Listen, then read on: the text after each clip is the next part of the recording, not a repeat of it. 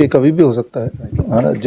जब हम ज़्यादा, मान लो मैं एग्जांपल के तौर पे मैंने जानबूझ के ये रखा है सामने आपके।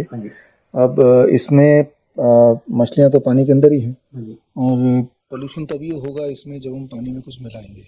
ऐसी चीज़ है जो मछलियों को पसंद नहीं है। तो पोल्यूशन पानी में अपने आप नहीं आएगा, हमें लाना होगा कोई ऐसी चीज़, डस्ट वगैरह जो मछलियों के लिए ठीक नहीं है, वो हमें डालना होगा।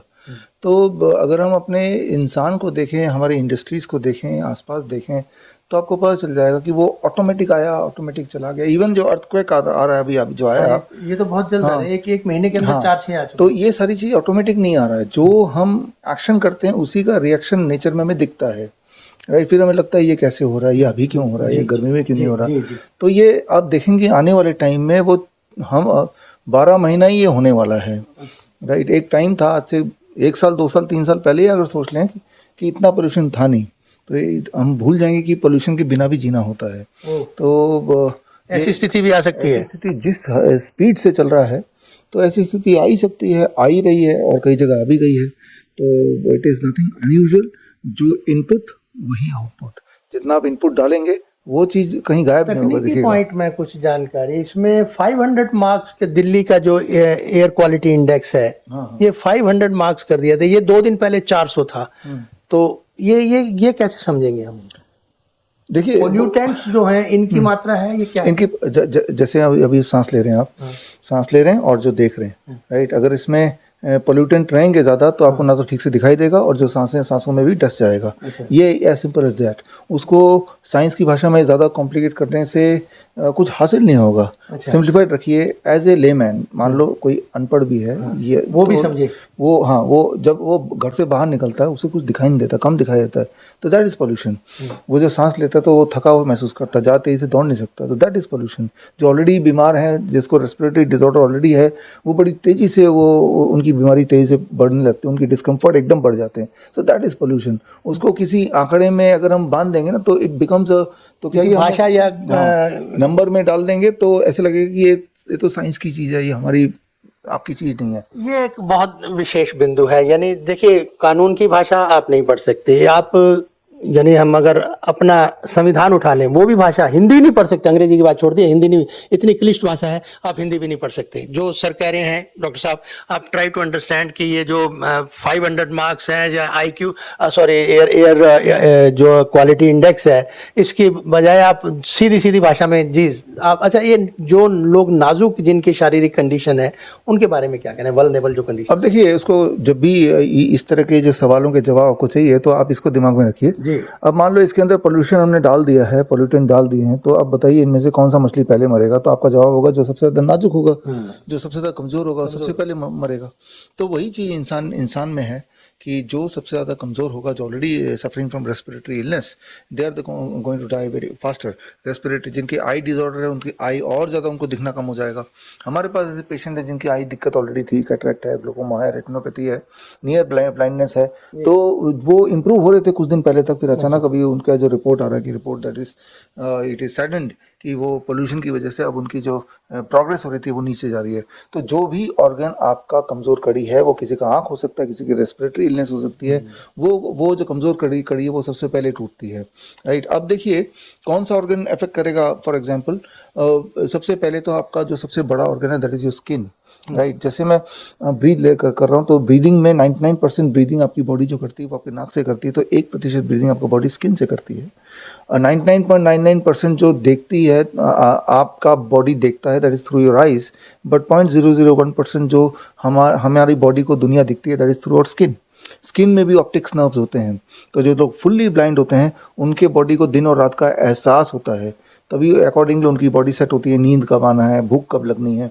तो मैं ये बोलना चाह रहा हूँ कि your body is, your skin expose to the pollution, right, your eyes is expose to the pollution, और इनके this is skin is the medium between the rest of the environment and internal environment, दोनों के बीच का। रोकना चाहूँ, skin आपने बताया, क्योंकि जो एक कवर है, cover of the body is skin, इसकी भी कुछ लेयर्स होती हैं, ठीक है जी। ये तो एक जो मॉर्निंग में लोग घूमने जाते हैं, सुबह का जो हालात आप भी एहसास कर चुके होंगे कि सुबह के जो हालात हैं वो कुछ और भी है।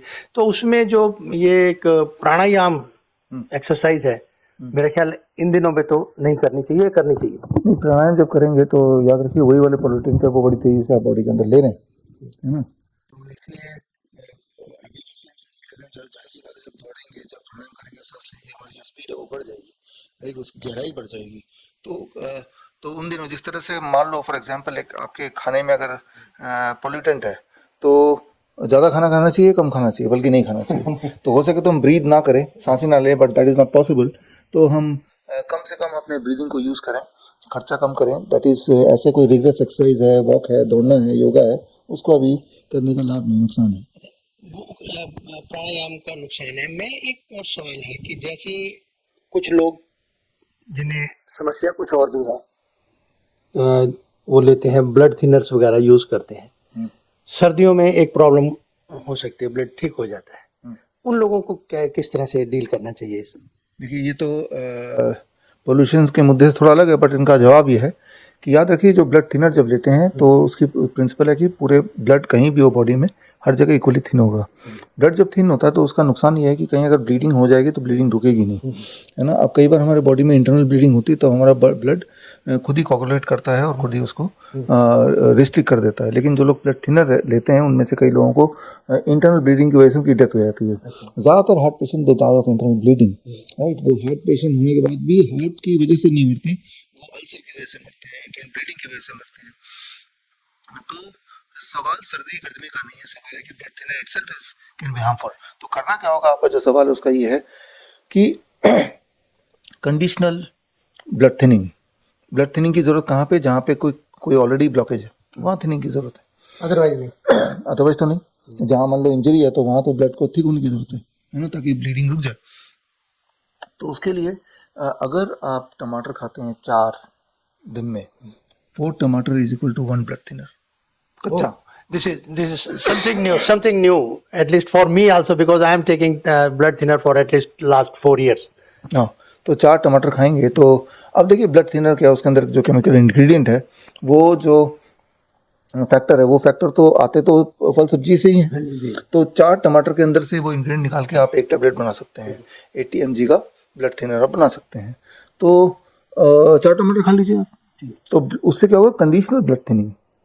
अब ये एक और है, आप में जो message to the people at large कि उन्हें आज के हालात में, क्योंकि सिर्फ इंडस्ट्री या जो जिनका इनका योगदान नहीं है इस पॉल्यूशन में, कहीं ना कहीं जो लोग हैं उनका भी है, तो क्या कहना चाहेंगे?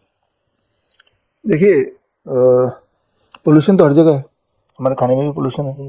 अगर हमें ये कंप्लेन करते रहे कि भाई आजकल फूड में पेस्टिसाइड्स हैं, तो काफ़ी नहीं है, उसके लिए जंग लड़नी पड़ेगी, अवेयरनेस फैलाना पड़ेगा, लोगों को, जो लोग रिस्पॉन्सिबल है उनको रिस्पॉन्सिबिलिटी ठहराना पड़ेगा, राइट। हमें मुहिम चलाना पड़ेगा। सिर्फ कंप्लेन करना से कुछ होगा नहीं। तो ये जो भी कुछ हुआ ये तभी हुआ जबकि आपने इसको होने दिया, because you are part of the society. इसको ना होने के लिए आपने क्या किया, अगर कुछ नहीं किया तो this your it is destined. तो खैर सॉरी, अब जब ये हो ही गया है तो ये हमारी रिस्पॉन्सिबिलिटी है कि ढूंढें कि पोल्यूशन कहाँ कहाँ से आ रहा है, कौन कौन रिस्पॉन्सिबल है, रीजंस जो है। हाँ, अभी तो क्या है कि अखबार में आ रहा है, टीवी में आ रहा है, आपको ऐसे नज़र आ रहा है तो ये ज़्यादा हाईलाइट हो गया है। लेकिन साइलेंटली अगर आप देखें, पोल्यूशन तो हर जगह पे है, इससे कई गुना ज़्यादा आपके खाने में है। खाना जो जेनेटिकली मॉडिफाइड हो चुका है, that is 1000 time more pollutant than जो अभी सुपरफिशियली आपको दिख रहा है, राइट। तो कोई भी चीज़ ऑटोमेटिकली फॉर ग्रांटेड आपको मिलने से नहीं वाला है। उसके लिए मुहिम, उसके लिए अवेयरनेस, उसके लिए आपको कुछ सोशल मूवमेंट का पार्ट बनना पड़ेगा, तो शायद बदलाव आएगा। सोशल मूवमेंट्स का पार्ट बनना पड़ेगा। Last question. दर्शकों, एक तरफ आपने देखा कि कुछ सामाजिक संगठन है या पॉलिटिकल पार्टी है, कांग्रेस जैसी, वो मुहिम इस पॉल्यूशन को रोकने के लिए कर रही है, वो एक पहलू है। दूसरी तरफ हमारे व्हीकल्स हैं जो ये कार्बन डाइऑक्साइड और ये वो इनके स्टार्टिंग नाइट्रोजन वगैरह, और इंडस्ट्री के माध्यम से भी हमें ये सब चीज़ें हमारे एयर में हैं। अब सवाल ये सारी, एक तरफ पराली भी है, खेतों में जलती है, ये सारी चीज़ें हैं जो ये परिणाम है इनके कि ये पोल्यूशन हो रहा है। अब सवाल ये है कि इनके ये तो है रीजंस हैं, रिजल्ट्स जो अच्छे पॉजिटिव रिजल्ट लाने, तो उनके लिए डॉक्टर साहब क्या करना चाहिए, किस तरह की हमें मुहिम छेड़नी चाहिए। देखिए जाहिर सी बात है, इसको डिटेल में जाके इजीली समझ आ सकता है, जो कि मेन स्ट्रीम मीडिया में आ ही रहा है कि क्या क्या मेन सोर्सेज है जिससे पोल्यूशन बढ़ता है, वो हमारे आंखों के सामने है। उनमें से हम भी उसके पार्ट हैं, गाड़ियाँ हम भी चलाते हैं फॉर एग्जांपल, है ना। और जो भी इंडस्ट्रियल गुड्स हम यूज़ करते हैं, वो इंडस्ट्री उसको पोल्यूट करती है, तब वो बनता है। तो हर चीज़ में हमारा पार्टिसिपेशन तो है ही, बिकॉज एंड यूज़र तो हम खुद ही हैं। ये तो हुई एक बात। लेकिन अभी टेम्प्रेरी फेज में ऐसे में हमें क्या करना है ताकि प्रिवेंट कर सकें उन पोल्यूशन के असर को बॉडी में आने से रोक सके, उसके लिए क्या करना है, that is something which will be valuable इस वीडियो कॉन्टेक्स्ट में बात करें तो। उसके लिए जो हमारे दर्शक हैं उनको मैं ये बोलूँगा कि आप ये खरीद लीजिए, 50 रुपये का मिल जाएगा। सॉस की बोतल आपके घर में होगा भी, राइट। इसको मैंने क्या किया, सिर्फ ऊपर से काट लिया है। इसका नोजल नॉर्मली लंबा होता है जिसमें सॉस डाल के रखते हैं, अब इसको काट लिया। अब आपको ये करना है कि रोज रात को सोने से पहले एक बार गर्म पानी 39 डिग्री सेल्सियस या 38 डिग्री सेल्सियस पानी डालना है। ये थर्मामीटर है, ये खरीद लीजिए, 200 रुपये आएगा। और उतना पानी कहाँ से भाई हो सकता है? ये ऑनलाइन मिल जाएगा, दुकानों से मिल जाता है ना। और इसमें पानी के अलावा आप थोड़ा नमक डालिए, 1 चम्मच। अच्छा। डालने के बाद अब वो पानी को, जैसे इसे जलनीति बोलते हैं वैसे तो, लेकिन जलनीति करना बड़ा मुश्किल है। मेरे जैसे लोग, आप जैसे लोग नहीं भी कर पाएंगे जो ट्रेन नहीं है, तो उसी का एक ऑल्टरनेट है, ये कोई छोटा बच्चा भी कर लेगा। पानी डाला, 1 चम्मच नमक डाला, नाक के इधर किया ऐसे पिचकारी, तो मैजिकली वो पानी यहाँ से लेके इस तरफ से नीचे आके गिरेगा, जितना पानी जाएगा उतना ही आएगा।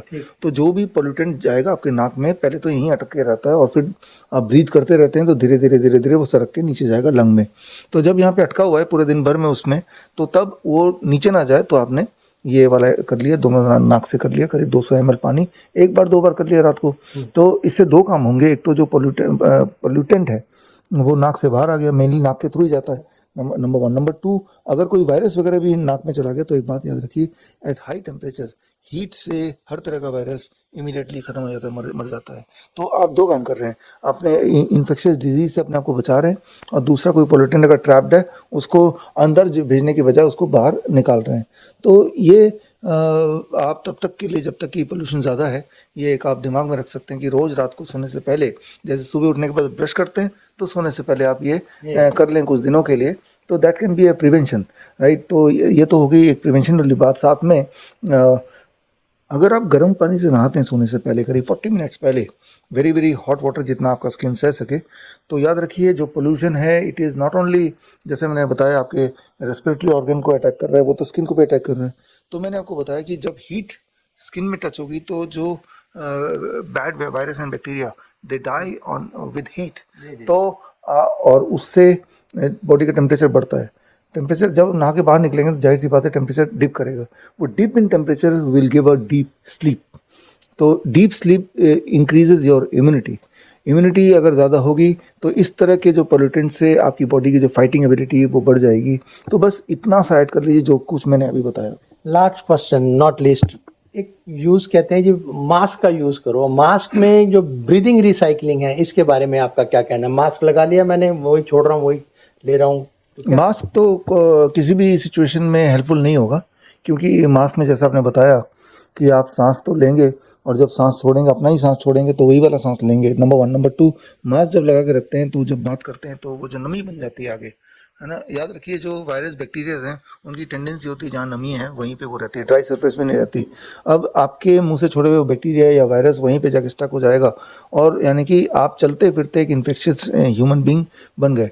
तो मास्क आपको नुकसान करेगा, तो किसी भी सिचुएशन में मास्क इज़ नॉट रिकमेंडेड।